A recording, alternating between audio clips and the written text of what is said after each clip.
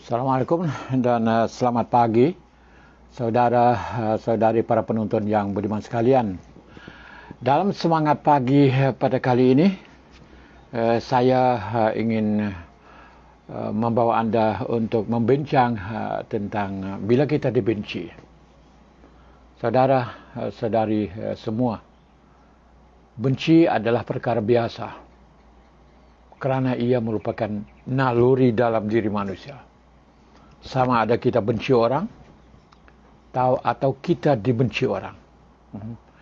Dalam diri kita sudah tentu mudah untuk kita mengatasi masalah benci yang ada dalam diri kita.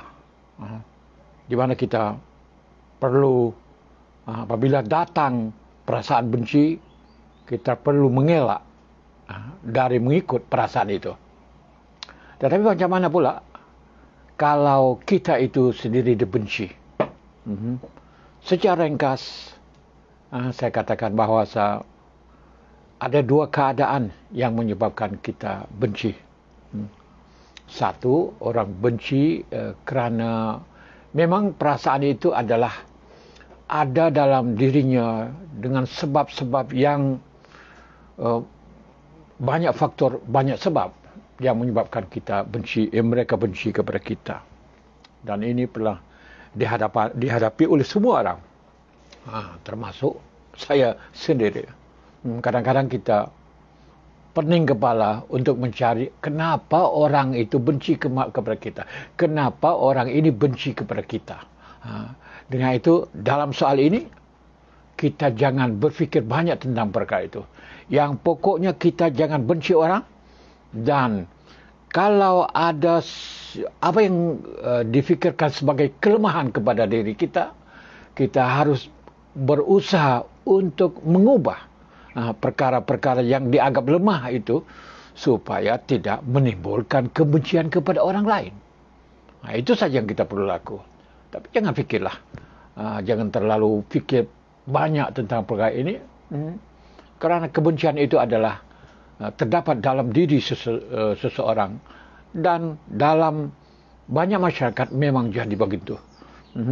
Bagi kami sebagai orang yang berada, walaupun kami berada di bumi sendiri, tapi kami bumi diperintah oleh orang lain, memang menjadi masalah begitu besar tentang kebencian ini. Kebencian kepada kami sebagai orang Melayu, sebagai orang Islam. Ini adalah perkara biasa. Dan kami menjadikan perkara itu sebagai titik tolak untuk berjuang, untuk survive di bumi kami ini, tidak akan lari ke mana-mana. Itu menjadi kekuatan bagi kami pula. Satu lagi pula, benci adalah kerana dengki. Ini pun memang banyak berlaku, tapi jangan selalu, kadang-kadang bukan benci, tapi yang benci itu bukan kerana dengki, bukan kerana iri hati, tapi kerana kita sendiri yang betul-betul tidak baik. Itu jaga-jaga.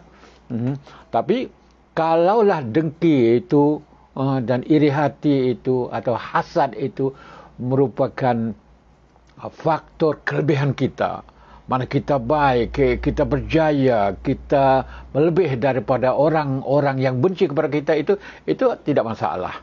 Dan siapa saja akan berhadapan dengan perkara ini. Kerana memang orang lain, kalau dia melihat kita itu lebih bagus, melihat kita itu lebih baik, mereka tidak suka, mereka akan dengki. Ini adalah perkara biasa. Kalau begini, anda berhadapan juga menjadi kebaikan kepada anda. Tidak membawa keburukan, tidak membawa kepada kemudaratan kepada diri sendiri. Sekiranya betul-betul kamu itu merupakan orang yang istiqamah, orang yang baik, orang yang sentiasa buat baik, dan orang yang tidak suka kepada anda itu betul-betul dia dengki, dia hasad, dengki saja, itu tidak masalah. Teruskan perjalanan anda.